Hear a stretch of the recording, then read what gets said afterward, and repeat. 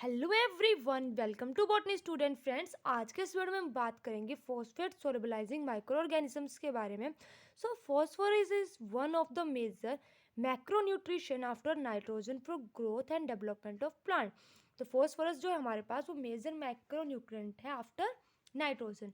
It is present abundantly in the soil both in organic and inorganic form, but its availability is limited due to its chelation with other insoluble compounds. ये जो है हमारे पास phosphorus organic और inorganic दोनों के form में available होता है, लेकिन उसकी अवेलेबिलिटी जो है वो लिमिटेड है, क्योंकि ये जो है इजीली इनसॉल्युबल होता है, मतलब कि इजीली सोल्युबल नहीं होता अदर कंपाउंड्स के साथ। The phosphorus content in the soil on an average is about 0.05% weight by weight, out of which only 0.1% is only available to plant because of its poor solubility and fixation in the soil। हमारे पास जो इतना ज़्यादा ये present तो है हमारी soil में, लेकिन ये जो हमारे प्लांट हैं उनको ये जो है वो कम अवेलेबल होता है, क्योंकि इसकी सोलिबिलिटी और जो फिक्सेशन है वो पुअर होती है हमारे सॉइल में। An adequate supply of phosphorus during early phase of growth and development is required for the initiation of primordial cell for plant reproductive organ. It also plays a significant role in strengthening the root system of plant by impacting vitality and disease resistant capacity। अभी हमारे पास जो है phosphorus से हमारे पास जो है initiation होती है प्राइमोडियल सेल्स की फॉर प्लांट रिप्रोडक्टिव ऑर्गन के लिए, और ये जो है सिग्निफिकेंट रोल प्ले करता है स्ट्रेंथनिंग ऑफ रूट सिस्टम को, ठीक है, जो इम्पैक्ट करते हैं वेटिलिटी और डिजीज रेजिस्टेंट कैपेसिटी को हमारे प्लांट की। It is useful in seed formation and early maturation of the crop like serial and legumes. जो सीरियल लेग्यूम्स है उनकी सीड फॉर्मेशन और अर्ली मैचुरेशन में भी ये हेल्प करता है। द पुअर अवेलेबिलिटी और deficiency of phosphorus reduce the size and growth of plant. अब हमारे पास डेफिशिएंसी है उस फॉस्फोरस की, तो क्या होगा, साइज और ग्रोथ जो प्लांट की वो रिड्यूस हो जाएगी।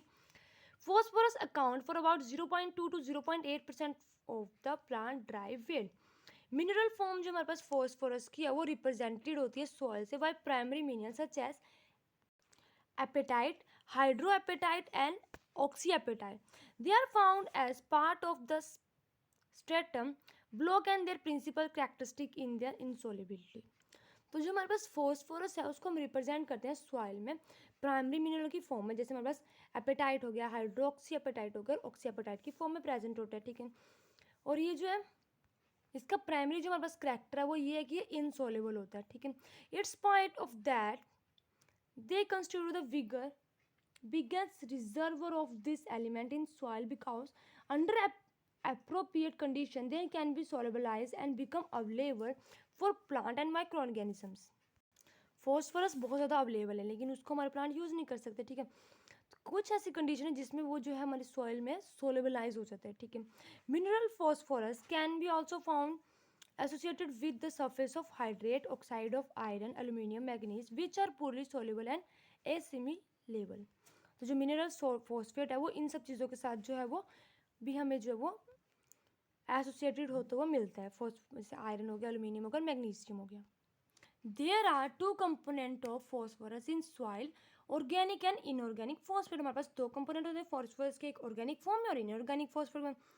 A large proportion is present in insoluble form and therefore not available for plant nutrient। Large portion जो है वो किसमें, इनसोलेबल की फॉर्म है जिसको हमारे प्लांट्स नहीं ले सकते। Inorganic phosphorus occur in soil mostly in insoluble mineral complexes, some of these appearing after the application of chemical fertilizers। हमारे पास जो है वो, लेकिन जो फॉस्फोरस है वो इनऑर्गेनिक फॉर्म में सॉइल में प्रेजेंट होता है, ठीक है, और ये अपेयर होता है जब हम जो है केमिकल फर्टिलाइजर को ऐड करते हैं। Their precipitate form can not be absorb by plant. उनकी जो प्रेसिपिटेटेड फॉर्म होगी जो हम केमिकल फर्टिलाइजर के रूप में उसको यूज़ करेंगे उसको प्लांट नहीं लेते। Organic matter on the other hand is an important reservoir in of immobilise phosphorus that account for 20 to 80% of soil phosphorus. अब हमारे पास डिफरेंस आ रहा है एज अ केमिकल फर्टिलाइजर और बायो फर्टिलाइजर के बीच में। तो सबसे पहले as a nutrient supplement phosphorus is added to soil as chemical fertiliser. The production of such fertiliser is a highly energy requiring process. जब हम जो है केमिकल फर्टिलाइजर के रूप में अपने फॉस्फोरस को ऐड कर रहे हैं तो उससे क्या हो रहा है, बहुत ज़्यादा एनर्जी जो लगती है उस प्रोसेस में। The use of chemical fertiliser based phosphorus is an unsuccessful strategy as it induce both soil and water pollution. और ये वो जो है अनसक्सेसफुल स्ट्रैटेजी है हमारे लिए जब हम केमिकल फर्टिलाइजर को ऐड करें, तो क्योंकि उससे जो हमारा वाटर भी पोल्यूट हो रहा है और जो सॉइल है वो भी पोल्यूशन हो रहा है उसमें।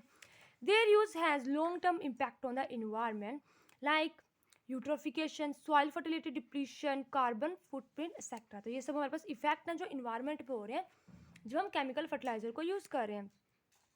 सच fertiliser react with other elements such as iron, manganese, carbon and precipitated on the soil surface, thus reduce the availability of soluble form of phosphorus। अब ये जो इन सब चीज़ों के साथ रिएक्ट करेगा, जो हमारे पास सोल्यूबल जो फॉस्फोरस फॉर्म है फॉस्फोरस की, उसको जो है वो रिड्यूस कर देगा। Moreover only a fraction of this added phosphorus is use by the plant. हम कितना ज़्यादा केमिकल फर्टिलाइजर ऐड करें तो उसमें से बिल्कुल कुछ परसेंट ही जो है वो प्लांट उसको यूज़ करेंगे। Since major part of that get precipitated by metal cation complexes and get rapidly fixed in the soil। अब जो हमारे पास केमिकल फॉस्फोरस है हमारे पास, उसका मेजर पार्ट जो है वो प्रेसिपिटेटेड बाय मेटल कैटायन से हो जाएगा और वो रैपिडली फिक्स कर लिया जाएगा सॉइल से। Such environment concern has led to the main sustainable weight of phosphorus nutrients in the crops. अब वो जो है उससे क्या हो रहा है, जो फॉस्फोरस है वो हमारी क्रॉप में आ रहा है, ठीक है। Phosphorus solubilizing microorganisms जिसको हम PCM बोलते हैं has been recognized as the best eco-friendly such as bacteria। तो हमारे पास जो है वो PSM मतलब कि phosphorus solubilizing microorganism है, जैसे बैक्टीरिया हो गया हमारे पास, Pseudomonas हो गया, Bacillus, PS भी बोलते हैं उसको, फंगल स्टेन्स हो गए, Aspergillus और Penicillin। Such soil microorganisms are able to transfer the insoluble form of phosphorus to an accessible and soluble form, उसको जो असेसिबल और सोल्यूबल फॉर्म में जो ट्रांसफर कर देगा, thus contributing to the plant nutrition as plant growth promoting micro organism. उसको हम क्या बोलेंगे, plant growth promoting micro organism. वो माइक्रो ऑर्गेनिज्म जो प्लांट की ग्रोथ को बढ़ाएंगे, क्योंकि फॉस्फोरस जो है वो एक एसेंशियल एलिमेंट है प्लांट की ग्रोथ के लिए, तो उसको बढ़ा रहे, तो इनको क्या बोलते हैं, PGPM, ठीक है। These microbial species associated with plant rhizosphere exert beneficial effect upon the plant growth, thus can be used as biofertilizer such as phosphate fertilizer। Biofertilizer have emerged a highly potent alternative to chemical fertilizer due to their, जो हमारे पास bio fertiliser उसके बताया गया कि जो bio fertiliser उनका काफ़ी ज़्यादा अच्छा जो है हमारे प्लांट ग्रोथ के ऊपर इफेक्ट होते हैं, उनका जो है वो इको फ्रेंडली होते हैं, इजी टू अप्लाई होते हैं, नॉन टॉक्सिक होते हैं और कॉस्ट इफेक्टिव होते हैं नेचर में। तो हमें जो है बायो फर्टिलाइजर को ही यूज़ करना चाहिए, उससे पोल्यूशन भी बहुत कम होता है, ठीक है। तो ये था हमारे पास फॉस्फेट सोलेबलाइजिंग माइक्रो ऑर्गेनिज्म के बारे में थोड़ा सा जर्नल। इसके साथ हमारी वीडियो कंप्लीट होती है, नेक्स्ट वीडियो में आपसे मिलेंगे। अगर आपको मेरी वीडियो अच्छी लगी तो प्लीज़ मेरी वीडियो को लाइक करें, चैनल को सब्सक्राइब करें। Thank you.